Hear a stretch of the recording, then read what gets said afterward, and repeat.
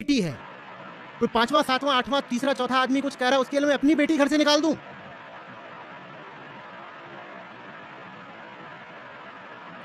उसे पैदा करने से पहले भी तो ये भी मुझे नहीं समझ में आ रहा। बच्चे किसी तीसरे चौथे को दिखाने के लिए पैदा करे थे, कैसे? वही था ना, शादी इसीलिए तो की थी ना फिर उन्होंने, क्योंकि पूरी कहानी से पहले ही तो ऐसा हो गया ना, तो फिर जीवन भर स्वांग क्यों करते हो कि प्रेम है? अगर सब कुछ दूसरों को दिखाने के लिए ही करा है, तो बच्चे से झूठ क्यों बोला कि तुझसे प्रेम है? सीधे बोलते हैं कि तुझे पड़ोसी को दिखाने के लिए पैदा करा है। ऐसे फिर वो कह सकते हैं कि वो उतना सच ईमानदारी नहीं रखना चाहते हैं। ईमानदारी नहीं है तो फिर वो विदाई पर आंसू कैसे आ गए? इतनी बेईमानी के आंसू? नाटक।